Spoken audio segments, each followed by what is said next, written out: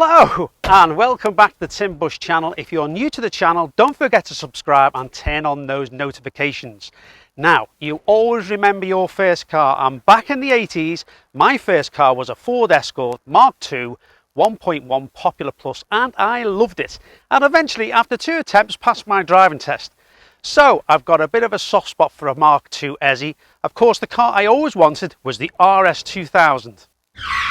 This 1977 model is in the tremendous Signal Amber, which gives the car a more up-to-date look with a surprise under the bonnet, which we'll come to a little later. But for now, folks, just drink it in.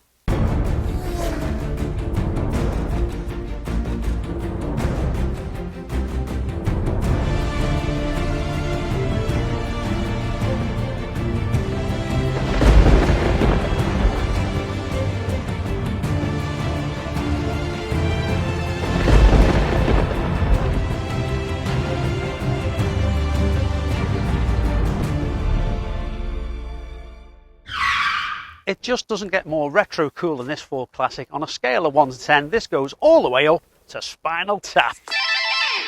The now legendary RS2000 was launched in 1976, and it was an instant hit and a bit of a tasty motor back in the day. The police took a shine to keep up with the bad guys, and Doyle from the Professionals had one, which just cemented its cool status. Brilliant! The RS2000 came complete with the famous droop snoot or nose cone. This feature really did set the car apart, and the man who thought of this design feature is quite frankly a bloody genius. At the back of the car is the distinctive black spoiler. It's no whale tail, and it doesn't need to be. It's small and perfectly formed. Check out the gorgeous 13-inch polished 4-spoke RS alloys. Brilliant! So let's check out what's under this bonnet.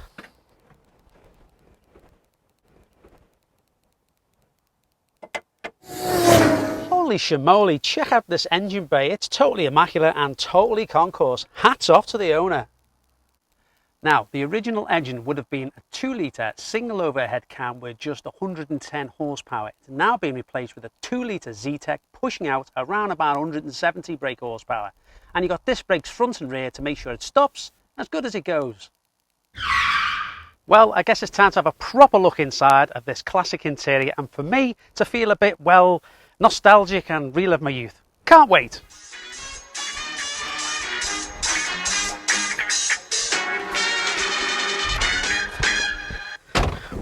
Well, this certainly brings back the memories for me. It just feels like my old car a little bit inside. Obviously, this is the RS2000, so there's some added features that I didn't have on my basic Pop Plus, which includes the clock layout, which is slightly different. I didn't have a rev counter on mine. Mine was pretty basic, and I didn't have an oil temperature or anything like that on the dash, which is really cool.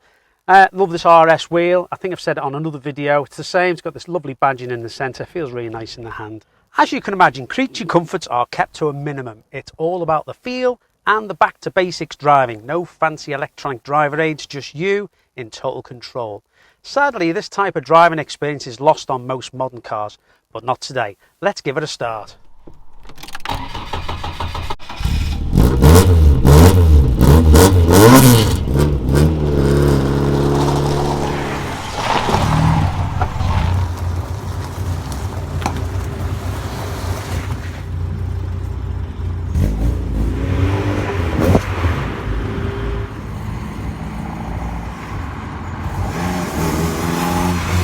Okay, so now behind the wheel of this lovely RS2000, fulfilling a childhood dream of mine to always want to drive one.